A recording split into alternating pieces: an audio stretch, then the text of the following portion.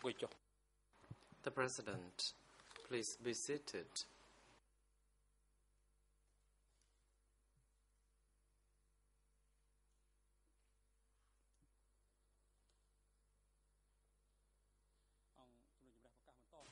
The court is now in session.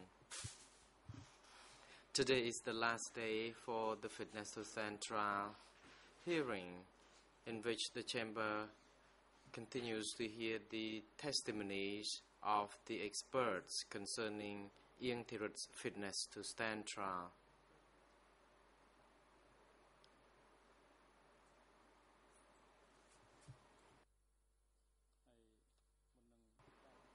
Before we hand over to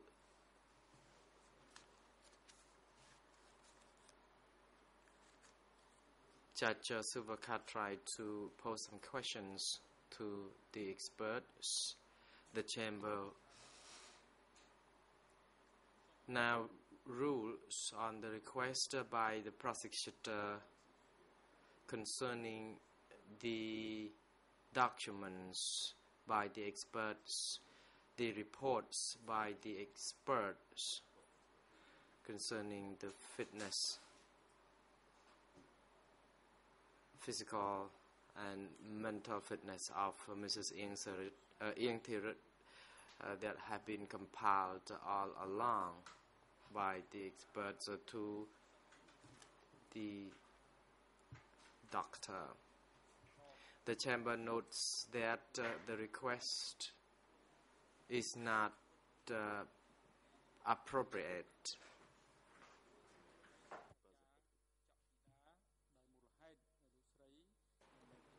because Dr. Chok Tida is not a normal witness.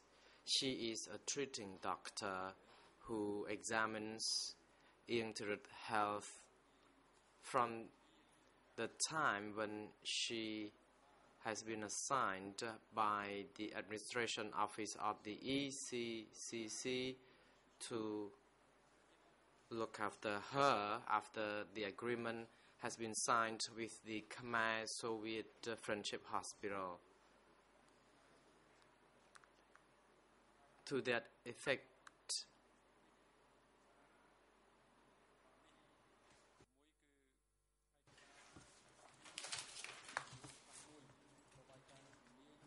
the chamber decides to hand over this document to the Dr. B29/1, B37/9/8,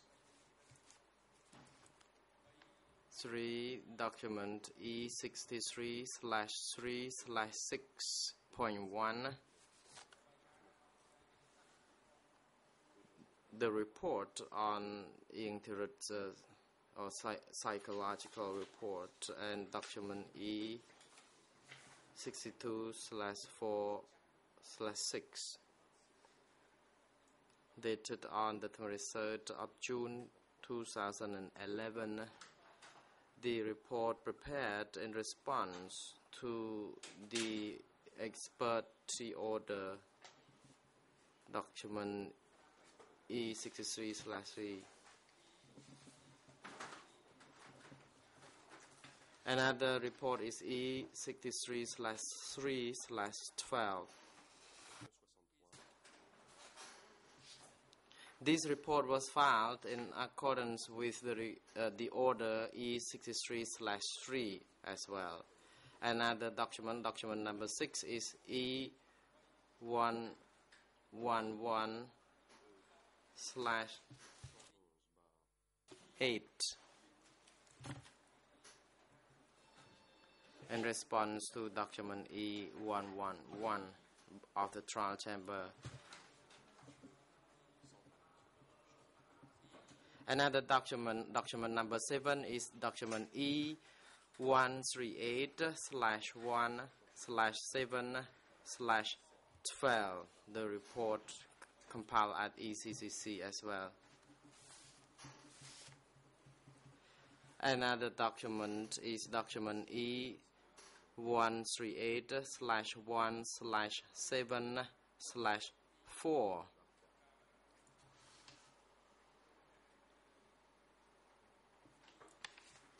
Concerning the handling of these documents to the doctor, the chamber would like to instruct the greffier of the trial chambers to manage to hand over the documents to Dr. Chaktida.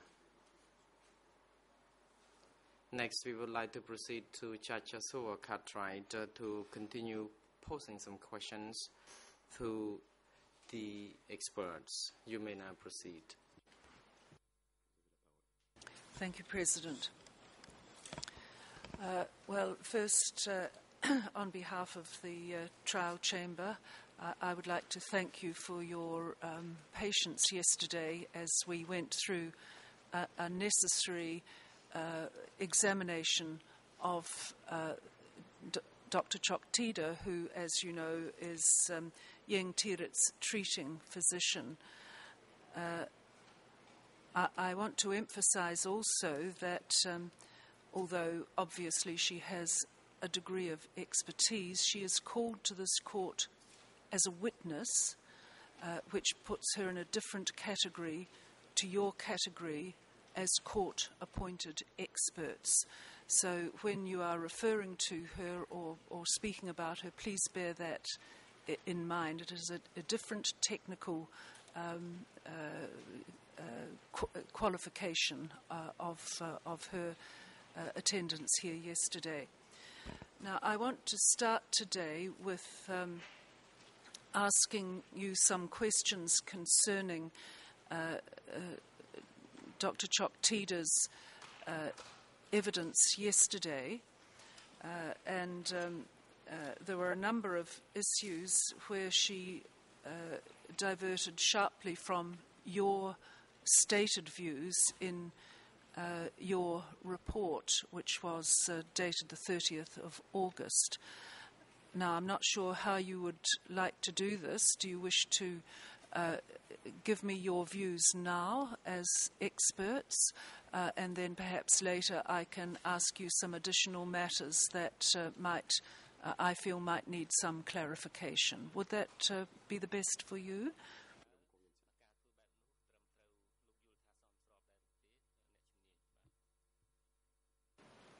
Yes, Professor Campbell and myself will can make a number of comments on the report or on the evidence given by Professor Tida.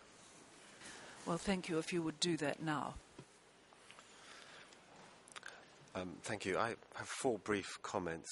First of all, I think it's important for us to emphasize that the rapport we struck with Ieng Thirith was very good. She was often smiling, friendly, quite happy to be interviewed, and we felt that it was not ever a gender issue, and the most clear example of this was that she was extremely hostile towards women guards on one occasion when we interviewed her earlier this week. Interestingly enough, the following day, she was extremely pleasant towards the very same women guards. Second, Professor Chak's reports of the 28th of October 2011 and the 9th of November 2011 state, and I quote, that Ieng Thirith does not recall an immediate memory. When we asked Professor Chak about this in our interview with her, she said that Ieng Thirith did not remember a topic of conversation 1 to 2 minutes later. It is our feeling that that is not normal for someone of Ieng Thirith's age, that actually is something which is quite abnormal and indicative of at least a moderate degree of cognitive impairment. Third, we have some comments to make on the mini mental state examination. This, of course, is only one small part of a broad diagnostic approach that we have taken, but nevertheless, because it was discussed yesterday, we have some comments to make on it. First of all, Professor Chak omits one question in relation to orientation, and that question is the day of the week. It's our understanding that this question is in every version of the mini mental state examination that's been published. Second, she, in the mini mental state examination that was presented, she's added some questions that aren't actually there. The one example is she could say the pen and the watch again. And again, that is not in the versions of the mini mental state examination that have been published.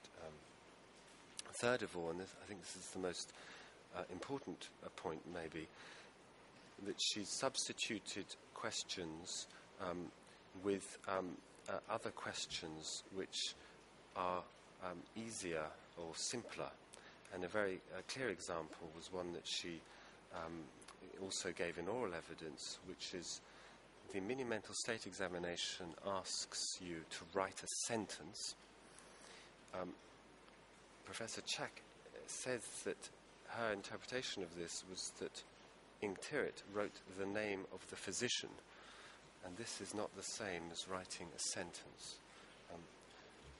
Another example is that one of the questions in relation to orientation to place is what province are you currently in, which of course you can modify by saying in another country what state are you in or what region are you in.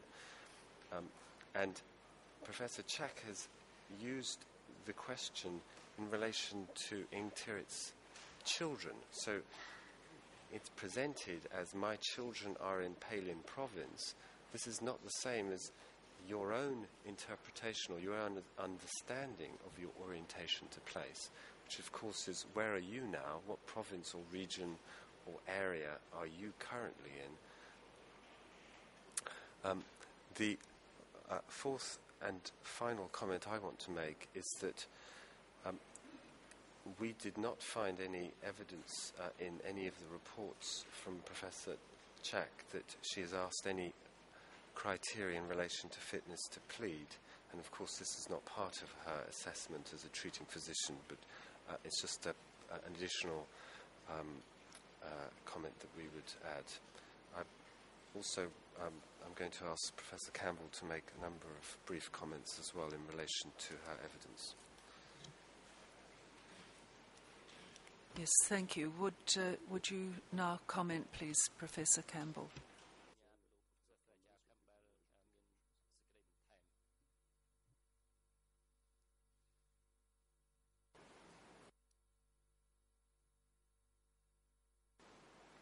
Thank you, Your Honour. The diagnosis of dementia is very much a clinical diagnosis, and I would like to go through the process that we've undertaken to arrive at our diagnosis and how this might differ from Professor Chak's assessment. I have been assessing people with a probable diagnosis of dementia for more than 30 years, and there are already 5 steps that I and my colleagues undertake. The first step is the initial interview with the person, him or herself.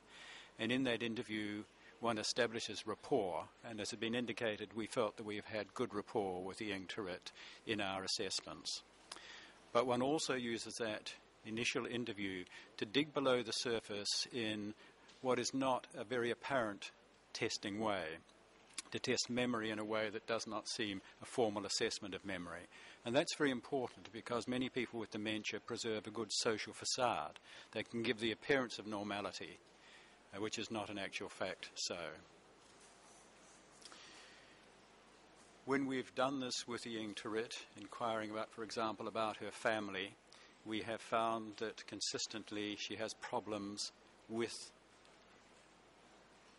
her memory of her family, where they are and the circumstances. The second very important step in diagnosis is to get history from those who have seen the person over a longer time and see that person in their day-to-day activities. Now, we have had the advantage of the earlier reports on Ieng Thirith. We have had the report from Professor Carr, who is Dean of the Faculty of Medicine at the University of Health Sciences here, and Dr. Brinded in 2009, where they felt that Ieng Thirith had early dementia. We have also spoken with the guards and the doctors who see Ieng Thirith on a day-to-day basis. Now, in taking the history from these people, it's important not just to rely on what they tell you, that is, comments about her behaviour, but also ask about issues such as her function. And what we have found is the guards report an increasing deterioration in Ieng Thirith's function. For example, when I first saw her, she was able to dress, but now a situation where she often dresses in an inappropriate manner, for example, putting on 2 lots of underwear. So that there has been a deterioration in her function. And of course, the development of urinary incontinence is also an indication of the deterioration, plus her lack of awareness of this. Third issue, the third step is the physical examination to ensure that there is no underlying physical medical illness that may have affected her temporarily. And there has not been any evidence of that at any time when we have seen her on examination on the first time. Also, that is used to determine if there may be some underlying other condition that is causing a deterioration, for example, a brain tumour, and there's been no evidence of that.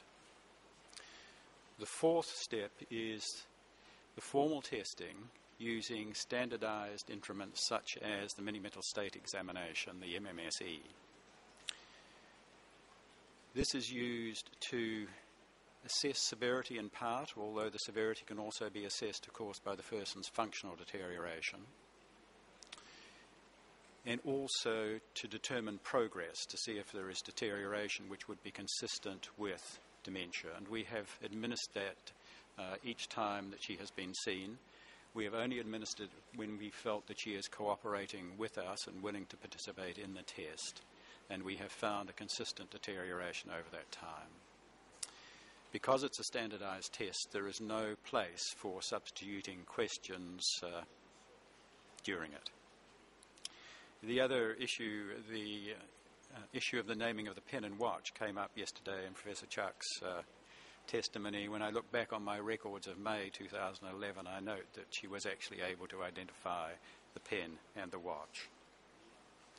So our MMSE tests over this time have shown a persistent, consistent deterioration. And they have been done not only by us, but also by the people who were involved in her cognitive therapy program, people with whom she had good rapport. The fifth step is in the investigations, the blood tests. I'm sorry, could I ask, I don't mean to interrupt you, but I need to remind you that what you're saying is being translated into Khmer and into French. And would you mind slowing down and having gaps between your sentences, please, so that it's everyone here today can follow clearly what you're telling us. Thank you.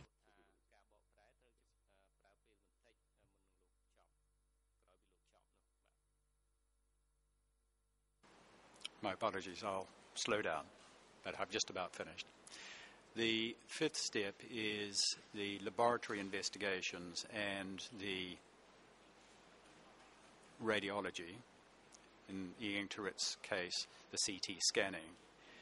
The purpose of these is not to determine the extent of the dementia or to confirm the diagnosis. It is to make sure there is no other condition that may be contributing to the memory impairment. And with the laboratory testing and the CT scanning, there has not been shown to be any other condition other than probable Alzheimer's, possibly with a component of multi-infarct dementia, that is contributing to her cognitive impairment. So that we have had no doubts over the time that we have been seeing her that there has been a deterioration in Ieng Thirith's cognitive function, that her cognitive impairment dementia may have been mild in 2009, but it has now progressed to the point where it is moderate to severe, as shown particularly with the deterioration in the formal testing and also with the deterioration in her function.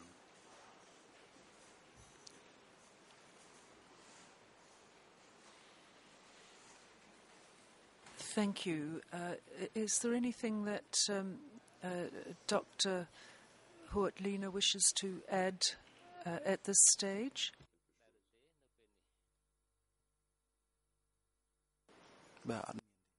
No, I don't have anything else to add, Your Honor. Thank you.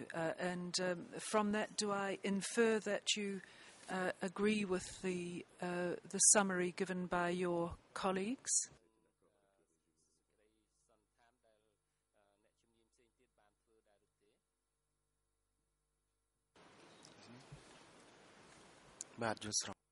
Yes, I do. Thank you.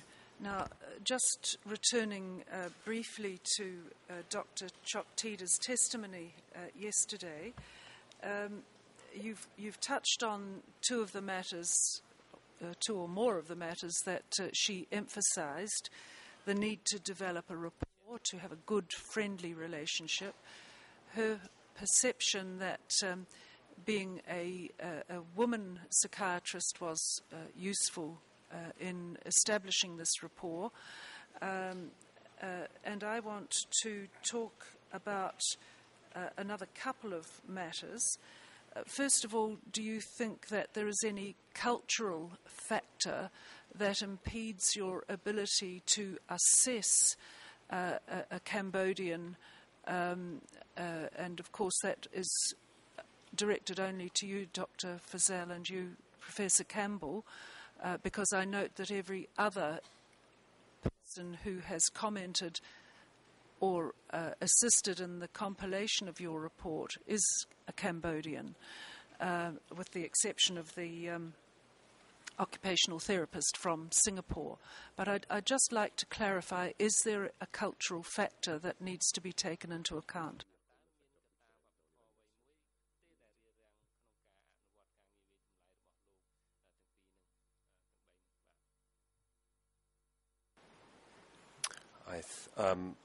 My view is that an awareness of cultural issues is important, and this is one of the reasons why we took a considerable effort to get good quality information from other individuals involved in her care and who know her over a long period of time.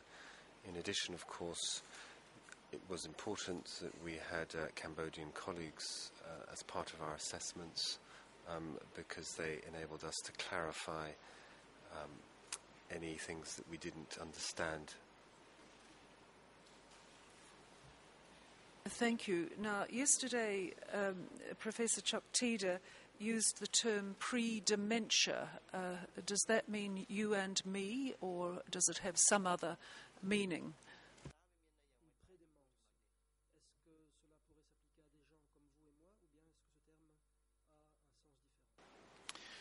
Professor Choktida was trying to distinguish between the changes one would expect with aging and dementia.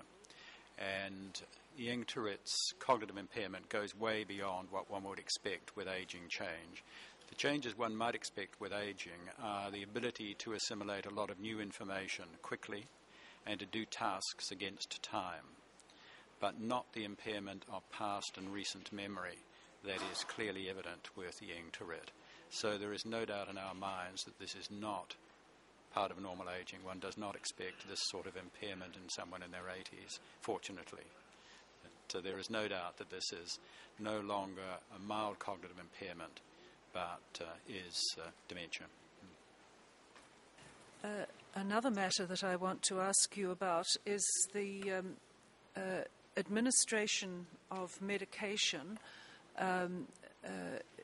before this most recent change to rivastigmine.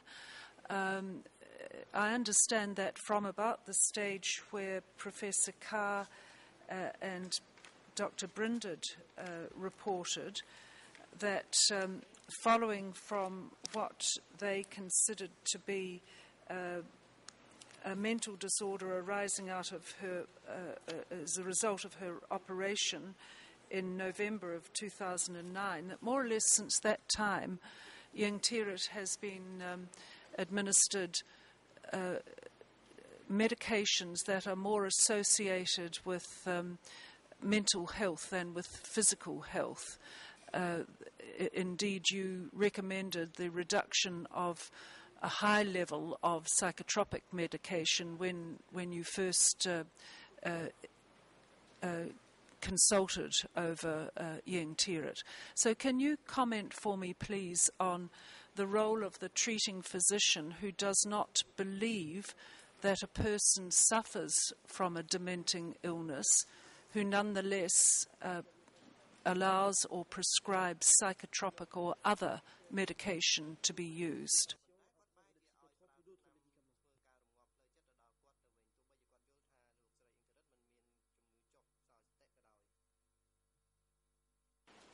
So I'll make two comments. The first, the psychotropic drugs were started in Thailand after her hip fracture.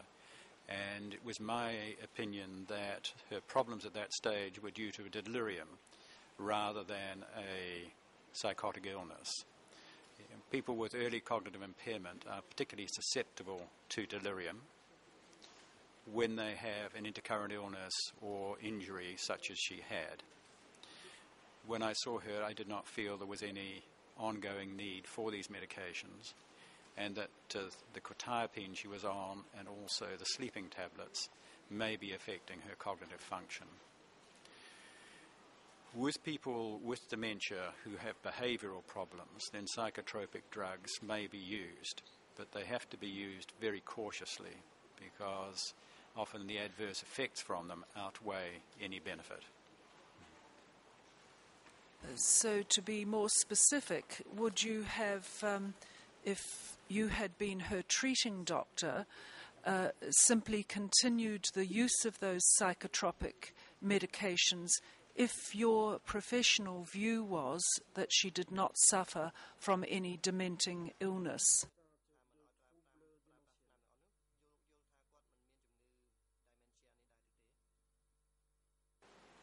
No, I think there is a real problem that people get started on psychotropic drugs and no one actually reviews the medication and tries to wean them off and to stop them.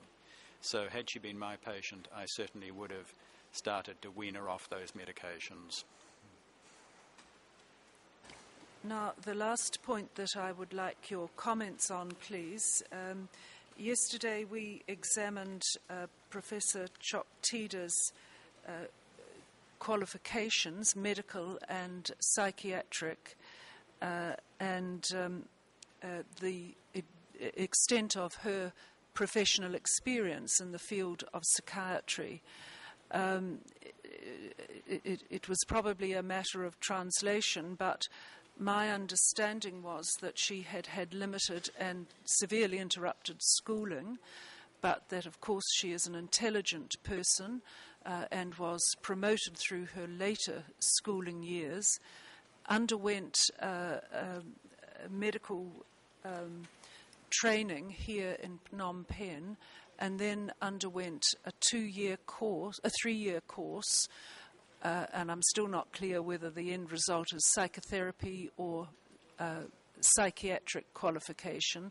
That course was not full-time. It was 2 weeks of every month.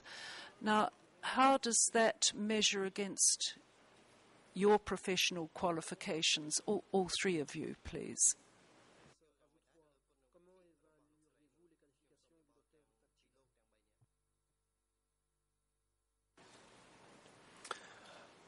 Well, every country has a different system of training.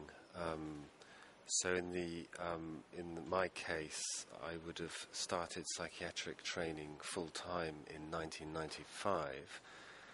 As part of that training,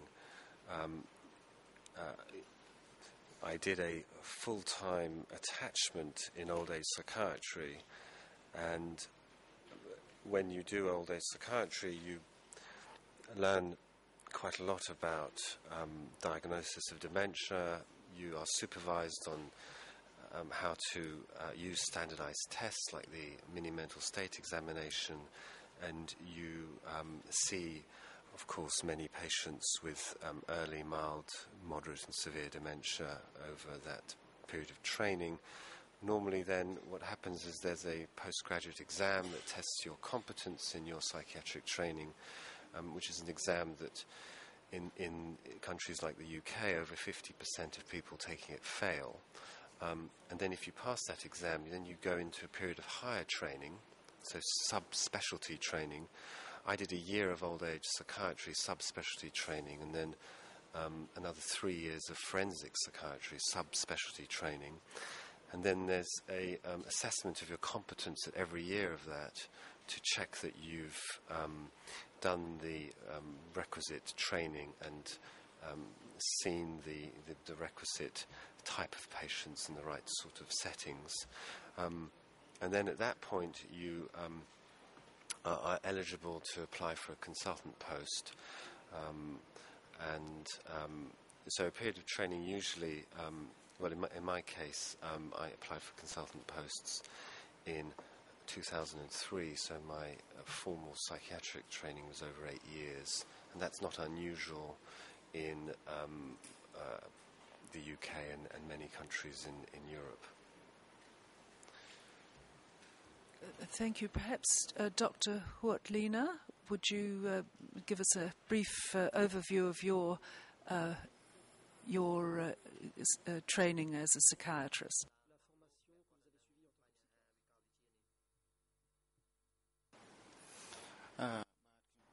Dr. Huot-Lina, I started studying psychiatry in 2002. In 2005, rather.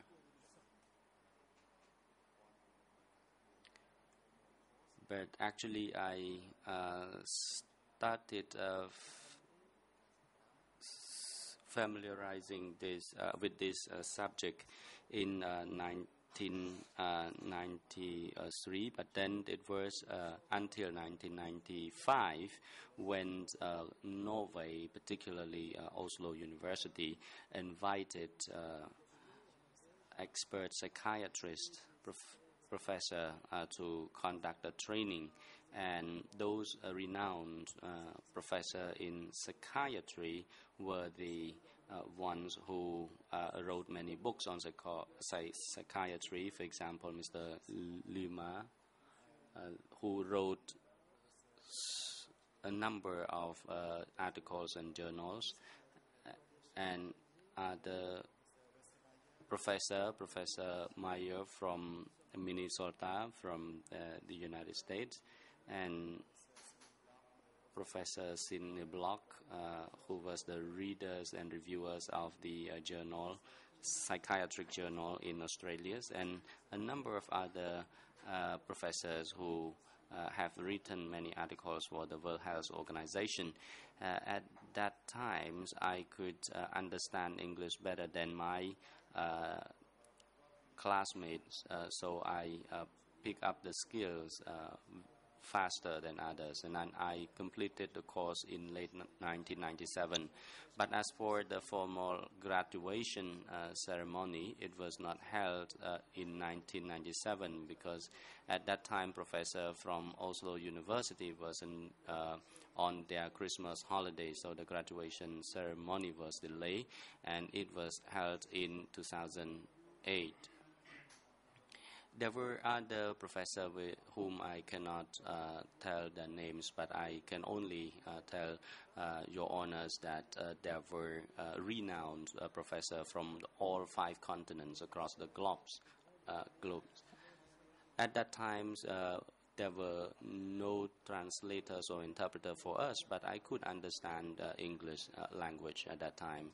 And back then at the University of Health Science, there was no psychiatric course, but it was my personal commitment that I wanted to study something that people do not like to study or they could not study. So at that time, even if there was no psychiatric training course, but I always intended to attend such a course. And some people have cautioned me that if I studied psychiatry, probably I myself might be suffer from psycho problems or so. But I was not deterred by that, and I actually wanted to study this subject even further.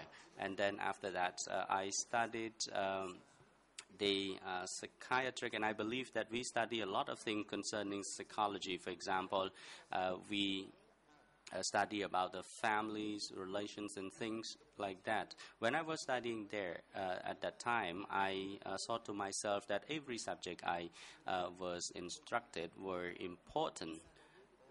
When I was first studying in the University of Health Science, I thought to myself that probably when we were studying the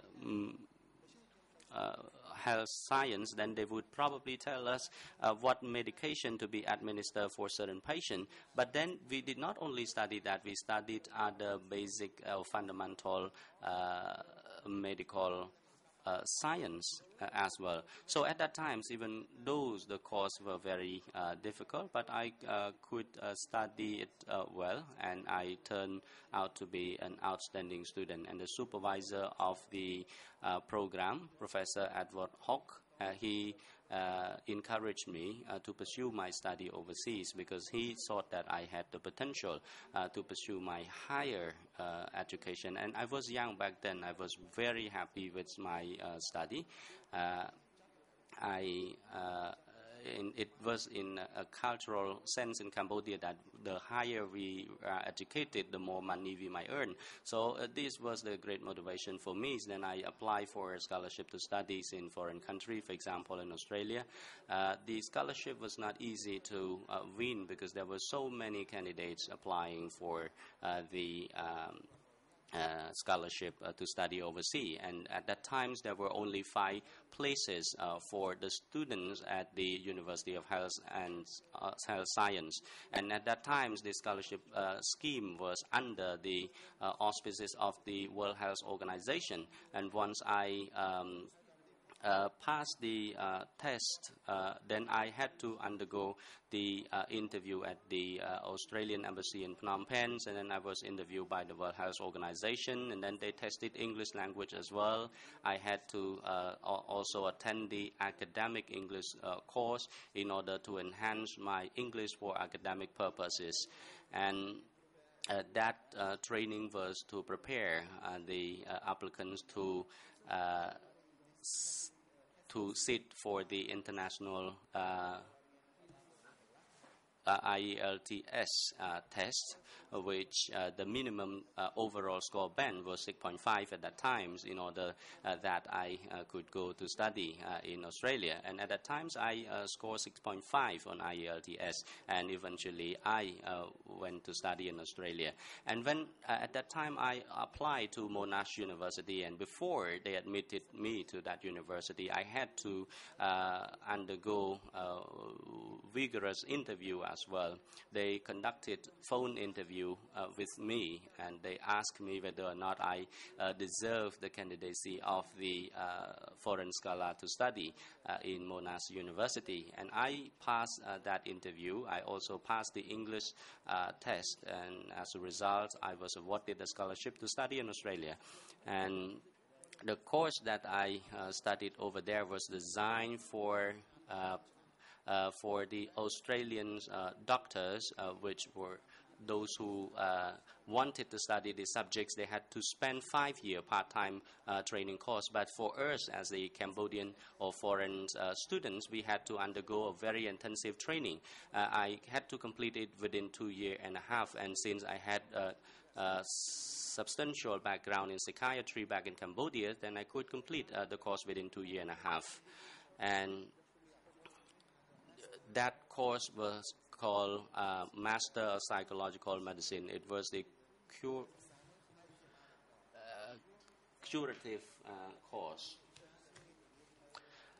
And other colleagues of mine who went to study in Australia, they studied preventive medicines. It was not a curative medicine, and I was very lucky to study curative medicine because it was very specific for treating patients. So I don't know if I should be proud of that, but I have had a lot of training.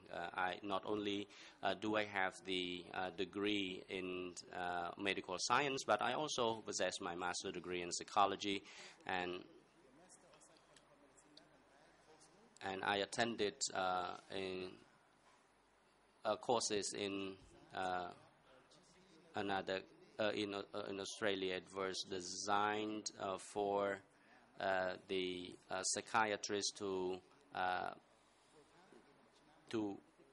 supplement their training, and the course that I attended normally was very intensive because it was meant for specialists, but that was not a problem for me because I had sufficient backgrounds in my professional practice, and I was interviewed by Australian university, and they found that I was qualified for the course.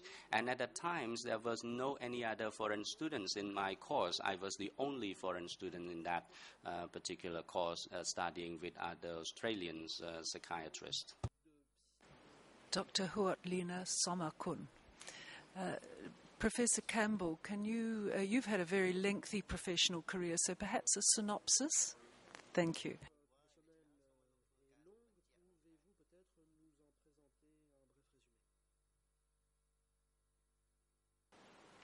I shall be brief. After my initial undergraduate training at the University of Otago and my house officer jobs, I undertook specialist training in internal medicine, leading to my postgraduate qualification of Fellow of the Royal Australasian College of Physicians. I then started to specialise in old age medicine and geriatric medicine, and undertook training in New Zealand and in England and in Canada. I then returned to a consultant post in New Zealand and undertook the research leading to my doctorate from the University of Otago. And that research, amongst other things, included a study of the prevalence of dementia in the community. I was appointed at Otago to an academic position which has involved 50% clinical work, 50% teaching and research in the field of geriatric medicine. Thank you very much. Now, is there anything that any of you would wish to add to the any other comment you would wish to make concerning Professor Choktida's testimony yesterday? Just nod or shake your heads, and I'll. Nothing else? All right.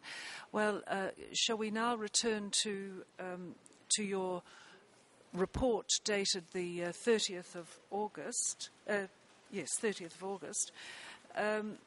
You've already emphasised that an important part of the testing process is to talk to the people who have the closest associations with the patient. Obviously, that will be family members, and in Ieng Thirith's case, her husband, as well as the other treating physicians, other than Professor Choktida, and her guards, and the head of the detention facility. Could you just outline briefly the result of those consultations with those people who are close to Ieng Thirith, perhaps not repeating items that have already come up? Thank you.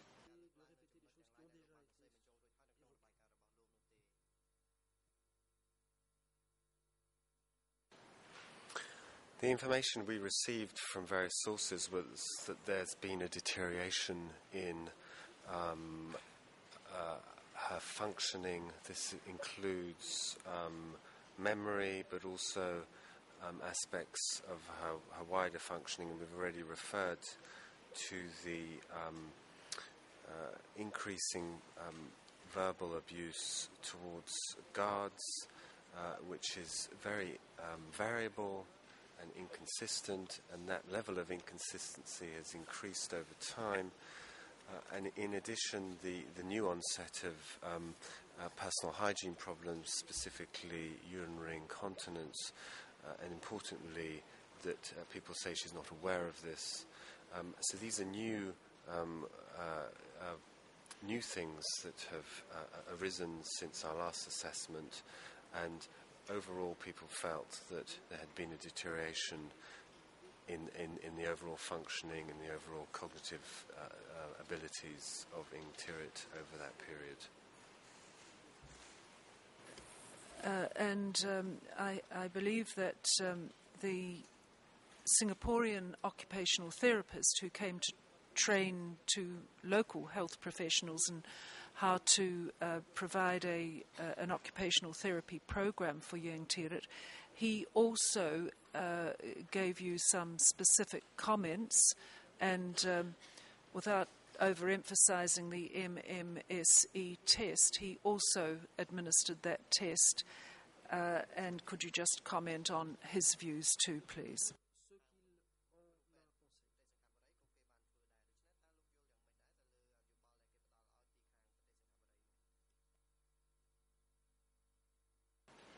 Yes, this individual occupational therapist from Singapore, who has considerable experience of working with people, older people and people with cognitive impairment, said to us that he had no doubt that Mrs. Ieng Thirith had a moderate to severe cognitive impairment, and that he didn't think that his program that he had instituted, that of a cognitive remediation program, had improved her cognitive function.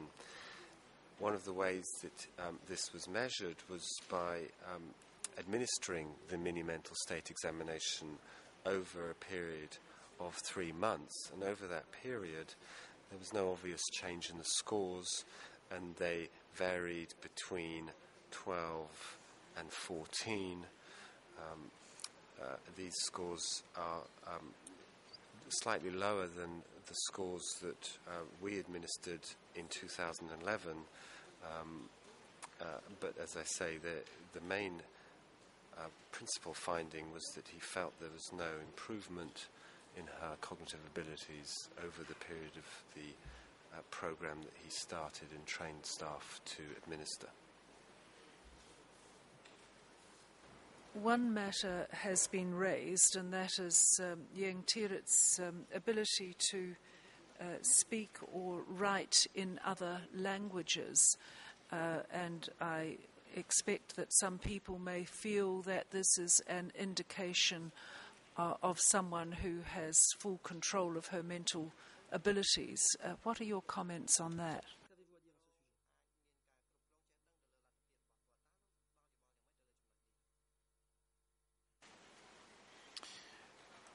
We have always worked through the translator in dealing with Ieng Thirith. One of the comments from her guards early on was that she was able to respond in English, or commonly did, but that has become less frequent as time has progressed. We do not feel that the language issue has in any way impeded our ability to assess her. But does it say anything about her dementing illness, the fact that she still retains these skills and this knowledge? No, I don't think it does. She does retain those skills, but probably at a lesser level than previously.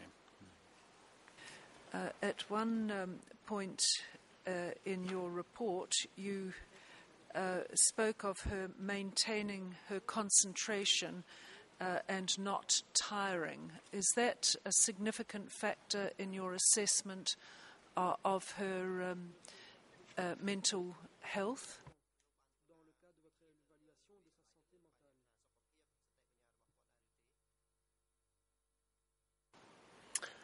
I think it indicates, firstly, that there's no obvious physical illness. Secondly, I think it's also important that we clarified that we didn't conduct tests when Ieng Thirith was obviously tired or losing concentration or very fatigued. Thirdly, I don't think it is directly relevant to the diagnosis, the issue around diagnosis, because maintaining concentration and attention over a period of an interview is not the same as memory, which is really one of the main diagnostic criteria that we looked at in some detail. In addition, we looked at functioning overall, and we looked at many domains of this. And of course, attention and concentration could be considered one domain, but we looked at many domains: short-term memory, long-term memory, what's called executive functioning, which relates to judgment and control and other issues. Now, in cases where people suffer from a mental illness, it's not uncommon for it to be suggested that the person is feigning an illness or pretending to be ill. And it's obvious that in this present instance, a number of people have remarked that she could be pretending to be ill in order to avoid being tried for what are extremely serious matters. Could you expand on your views on whether or not she is pretending or feigning to be ill?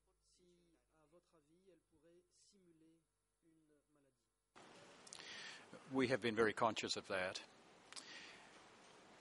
During the administering of the test, we have had no indication that she has been. She has looked genuinely bemused with the questions that she could not answer. And as I commented last time, one of the issues when we were doing the numerical test, which is a subtraction of 7, she was able to do those which were within the same 10, for example 79 to 72, but couldn't do 72 to 65, which is slightly more demanding, and would have required a very sophisticated feigning to have done that. I think the other issue is that her behaviour and her functioning have also deteriorated consistently with what we've been finding on examination, and that would be much more difficult to feign over a prolonged period. For the sake of clarity, I just want to confirm what you said in one part of your report, that you had been conscious of the 7 Strugar criteria and that you had followed through with those in this round of assessments as you had previously when you had assessed her. And of course those are the ability to plead, to understand the nature of the charges, to understand the course of proceedings, to understand the details of the evidence, instruct counsel, understand the consequence of the proceedings, and to testify. Now, I think it's that there were a number of submissions made on the last occasion which suggested that perhaps you had not fully understood or interpreted these criteria. One was where the prosecutors made the submission that whether or not the accused has an adequate level of understanding of court proceedings should be interpreted as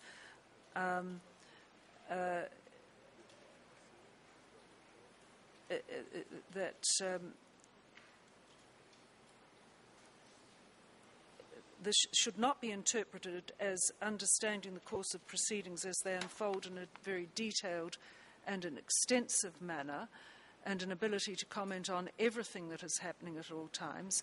In their submission, it is an ability to understand the charges, the roles of the parties, and how the proceedings will unfold.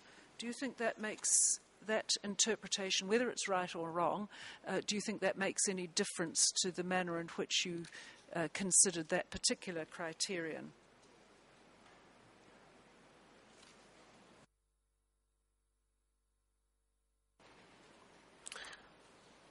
No, I don't think so. The issue, I think, has always been around, one of the central issues has always been around the ability to follow the proceedings, and because of the impairment of her memory, her short-term memory, the inability to weigh information that she will have heard during the course of proceedings in order to comment on it and to speak to her legal team about it. So if one takes a more broad definition of that criteria, I still am of the view that she would have significant problems in meeting that particular criteria.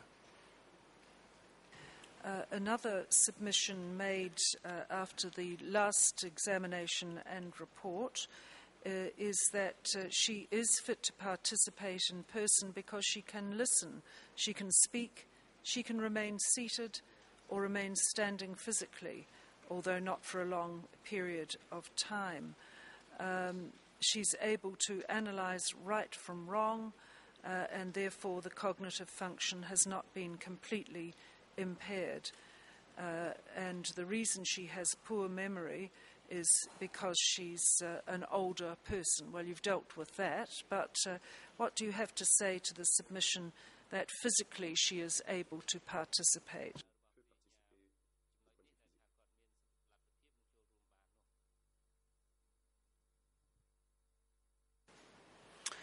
Well, I think there's two issues. One is the physical competence to go to court, and as you've cited, being able to listen, sit for long periods of time and speak. And we've never said that has been an issue. For us, the issue has been the cognitive side of the competence criteria.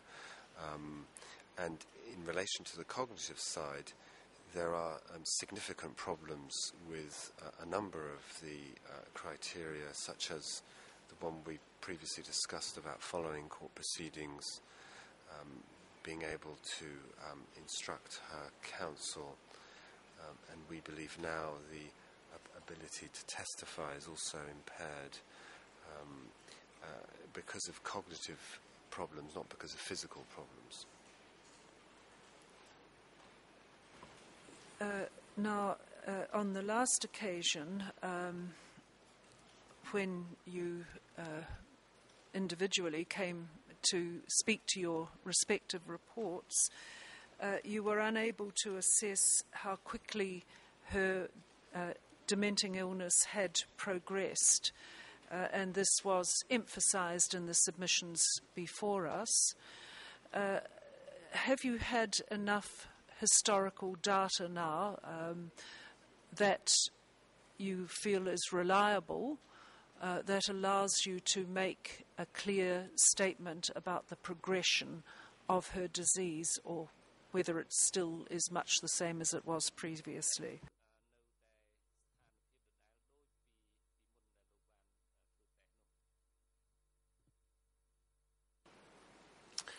Yes, we believe that there has been a progression, and we have commented on this in our report, so that we would describe the current level of dementia as moderate to severe, whereas I think in 2011 it could be described as moderate, and as we've heard in 2009, Professor Carr and Dr. Brinded described it as mild. So I think there's now a progression from mild to moderate and severe. Part of that can be seen in her scores in the mini mental state examination, which have changed from between 15 and 18 last year to this year, apart from the one mini mental state from Professor Tida, which we do not believe was administered correctly. But if you take that one out, all the mini mental state examinations this year have been in the range of 11 to 14, and therefore we think that there's been clinical criteria that have shown a deterioration over time, and this has been supplemented by testing. And I think I'll also ask Professor Campbell to comment on this issue as well. Please, Professor Campbell.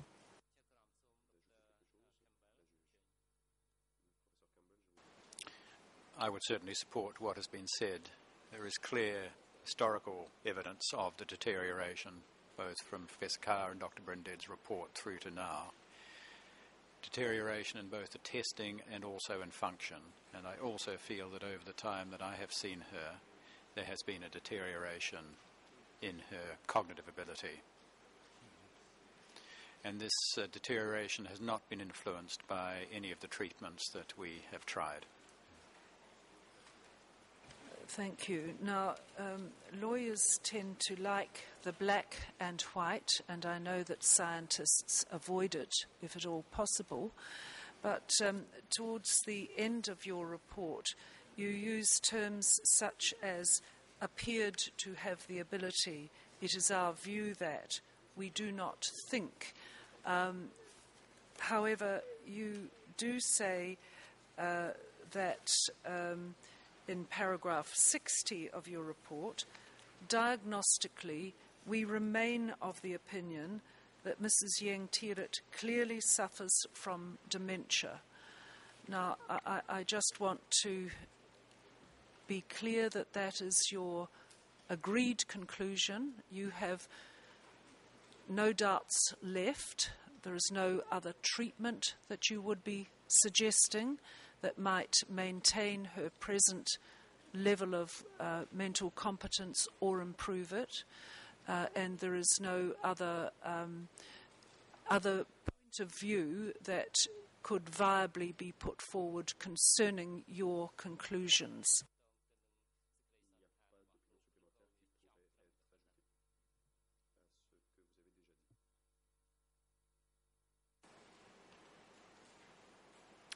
That is correct. We are quite firm in our opinion that Ieng Thirith has significant dementia. We have tried the treatments that are available to no effect, and there would be no advantage in trying any other medication or remedy. And perhaps just a final matter.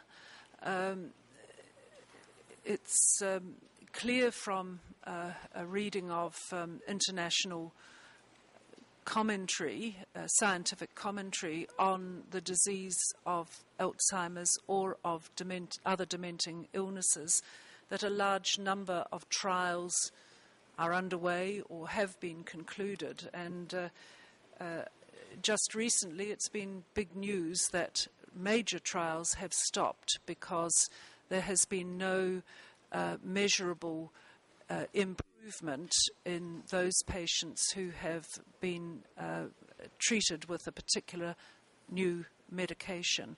Is there any other treatment, or is there any other comment you would wish to make on the scientific literature concerning new treatments, new available medications or options?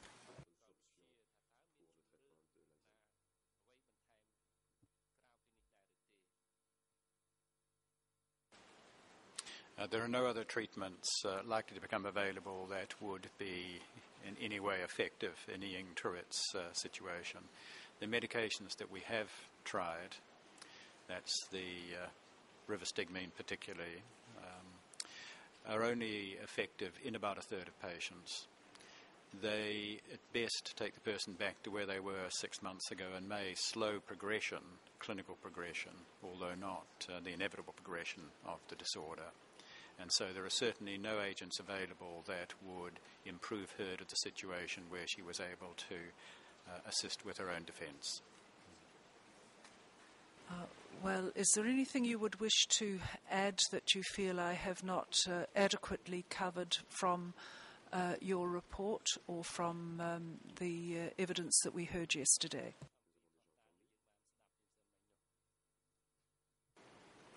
Could I just add one comment on feigning? I think in addition to what Professor Campbell said, I would also add that it would be very difficult to feign the change to her personal hygiene, namely the urinary incontinence, and also her indifference to it. That's very difficult to feign. In addition, what was noticeable was the fluctuation in mental, in her function, and, for instance, the fluctuation in her hostility towards staff that were working in the detention centre.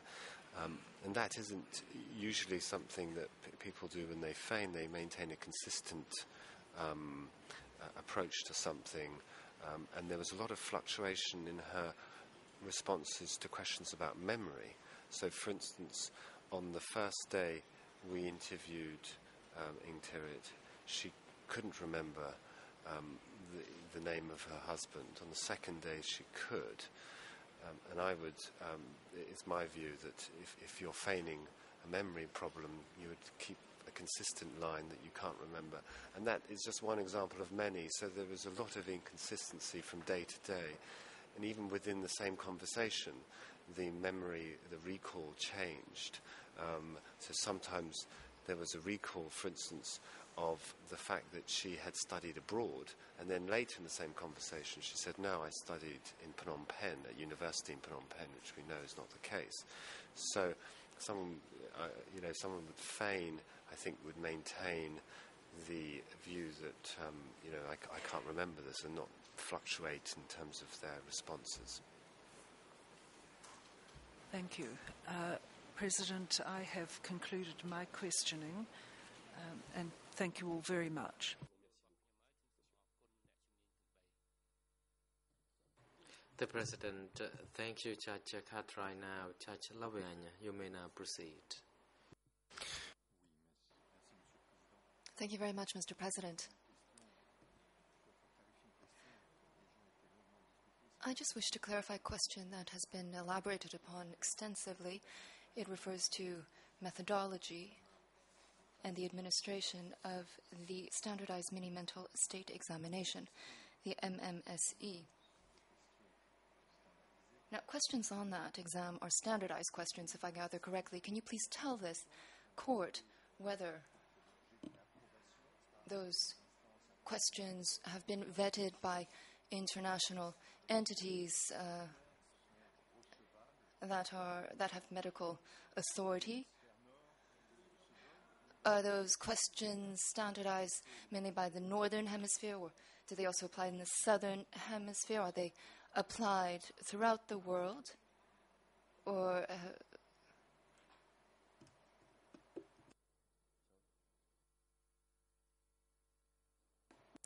the MMSE is used internationally.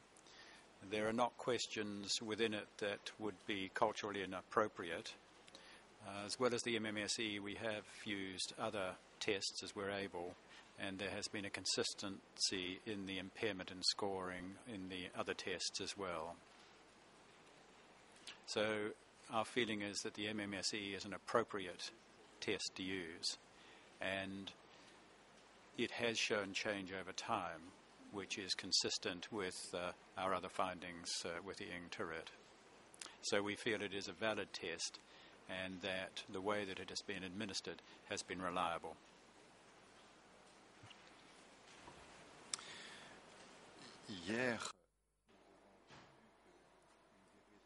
Yesterday we were told that one of the reasons why Professor Chaktida had amended some of the questions on that test was attributable to the fact that here in Cambodia, the target audience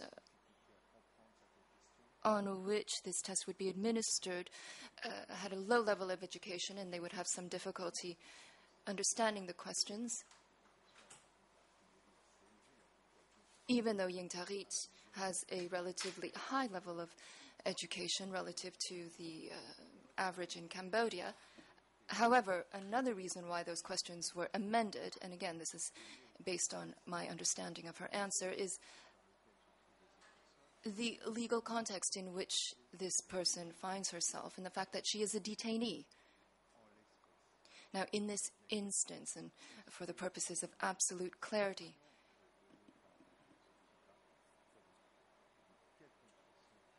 do Professor Thirith's explanations serve as a sufficient rationale to amend the questions that are asked on the standardized mini-mental state examination?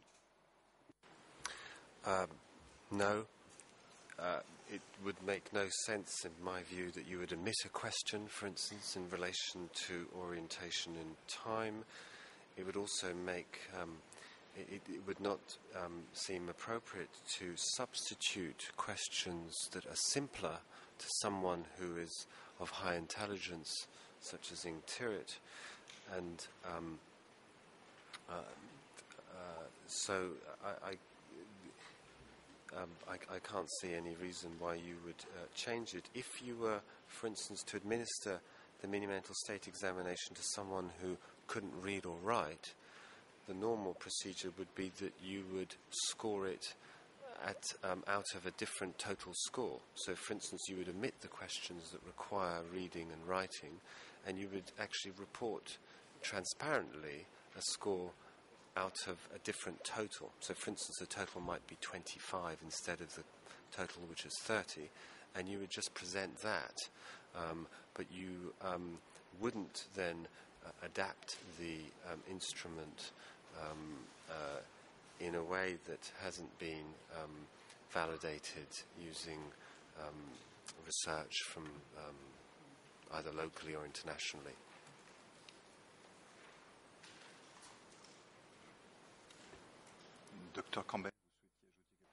Dr. Campbell, do you wish to add anything? No, the points have been well covered.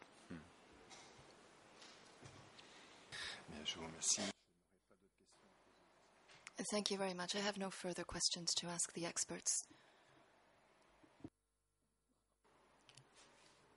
The President, thank you.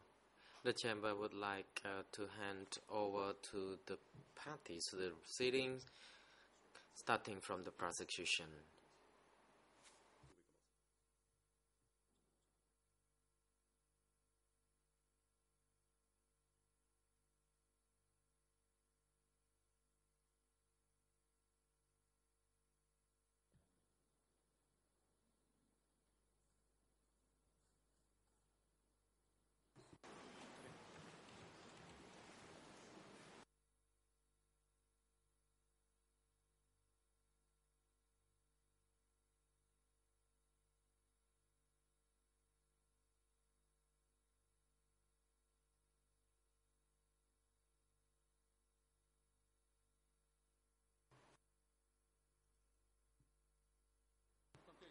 The President, International Co-Prosecutors, you may now proceed. Each party is allotted 30 minutes to put questions to the experts. Thank you, Mr. President. Just with reference to communications with the senior legal officer and with my comments yesterday, our understanding is that the defence is to proceed first, as was also the approach on the last occasion. If I misunderstood that, I'm happy to proceed. I just wish to clarify that that we're departing from the procedure adopted last time, which is with the defence questioning first, and then prosecution, and then perhaps defence being given the opportunity to re-examine.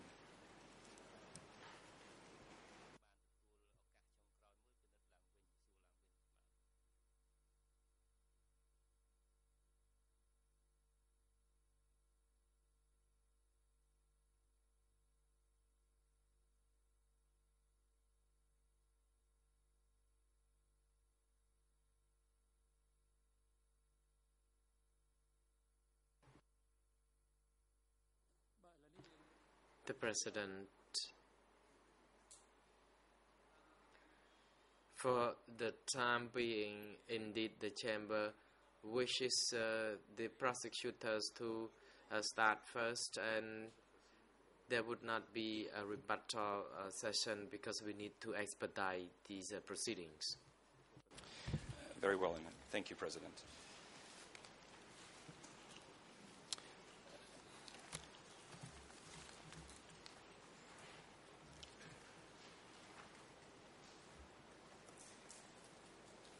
Let me say first a very good morning to the experts.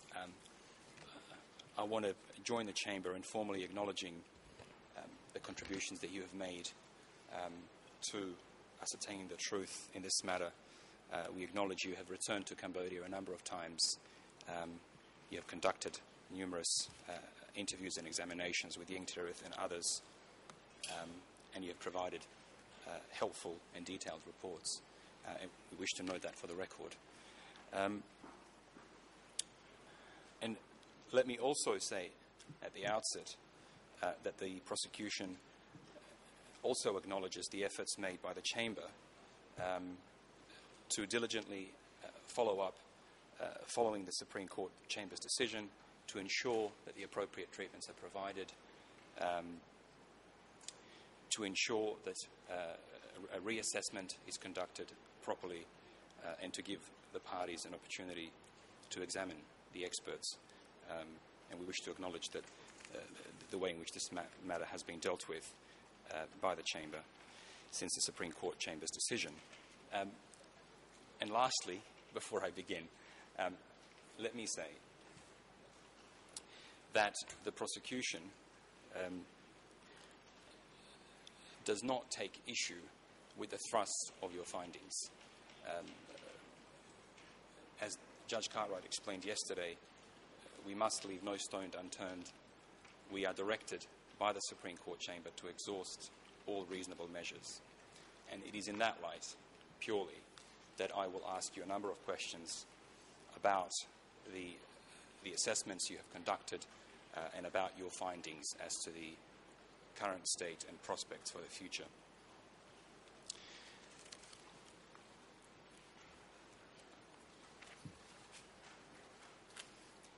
I might start, and perhaps we can do this briefly, by looking at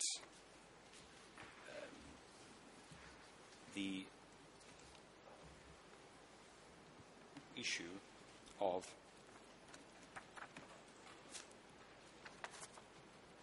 the MMSC.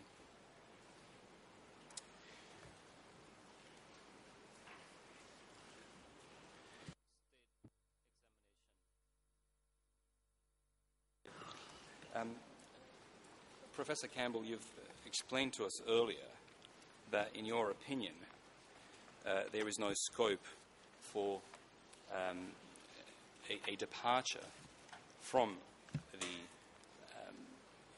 the questions being asked in a standardized MMSC testing. I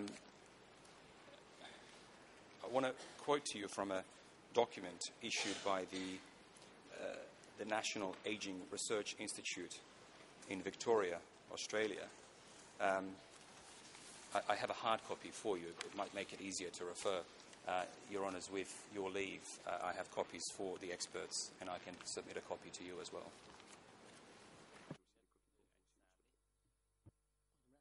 The President, you may proceed. Court officer is now instructed to bring the hard copy document for the experts to examine.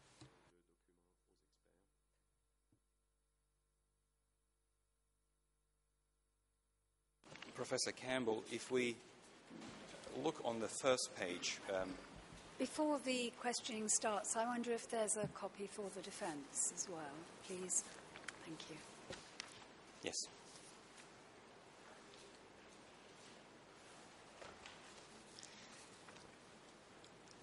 If we return to the document, it's a brief fact sheet, and I just wish to obtain your opinion on this, on its treatment of MMSC. At the bottom right-hand corner, the MMSC is a cognitive screening tool that has commonly been reported to have cultural and educational biases.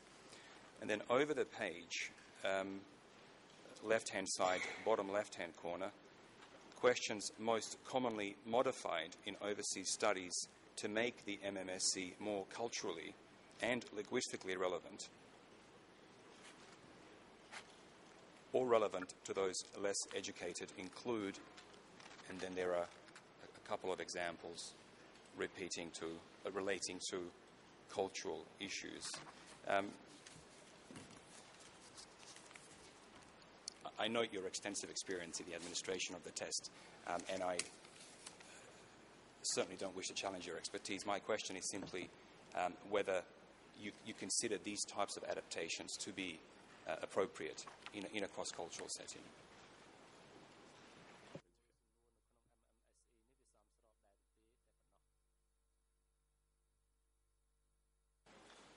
We haven't considered them necessary because Ieng Thirith has managed the questions in the standardised MMSE. For example, the series of attractions of 7. Also the orientation, no need for change there.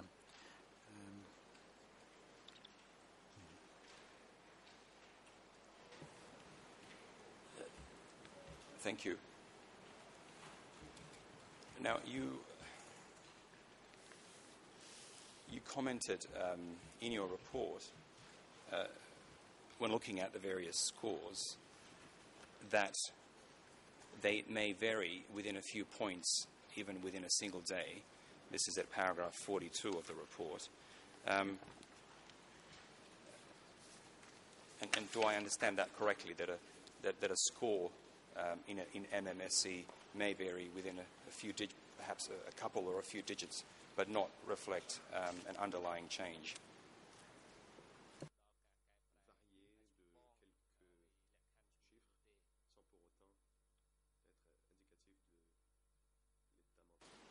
This may occur in someone with cognitive impairment, obviously won't in someone who's cognitively intact, but it may reflect, for example, tiredness and the degree of cooperation with the test. And that's why we've been careful to ensure that the testing is done at a time when she is fully cooperative and able to undertake the test. What one is looking for is a pattern over time, and the pattern that we have seen is of progressive deterioration in the scores.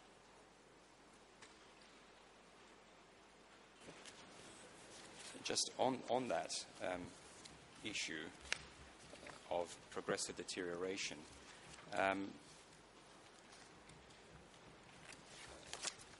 Mr. I hope I pronounce his name correctly, Mr. Sridharan, who is the Singaporean therapist whom you have interviewed,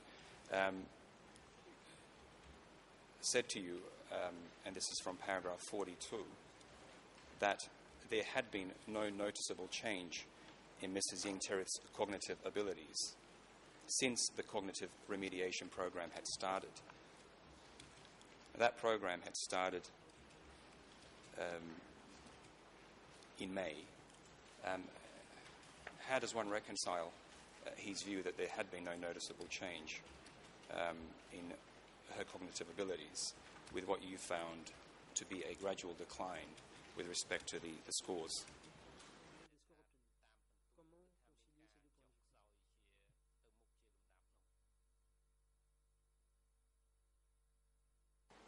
Alzheimer's disease is a slowly progressive disorder. One would not expect to see significant change over a 3-month period. What we were really looking for over that time was whether there was any sign of improvement with the program that had been instituted and with the rivastigmine patch, and there was no evidence of any improvement over that time. We're looking at the deterioration since 2009.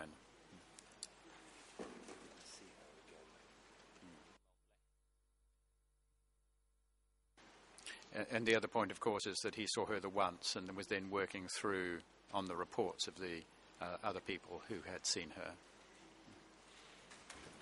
And these were the therapists who administered the MMSC, I believe, on 2 further occasions.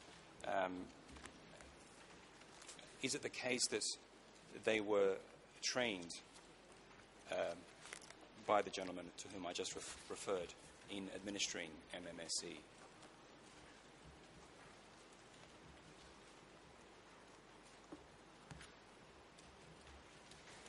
Yes, that's certainly our understanding, that he undertook the initial training, and I think he may well have done the initial MMSE with them.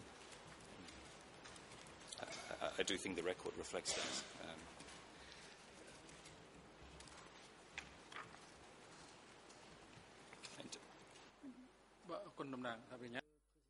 The President, thank you, Mr. Co-Prosecutor and the experts. It is now appropriate moment for the adjournment. The Chamber will adjourn for 20 minutes. The next session will be resumed by 10 to 11. Court officer is now instructed to assist the three experts during the adjournment and have them return to the courtroom by 10 to 11. Thank you.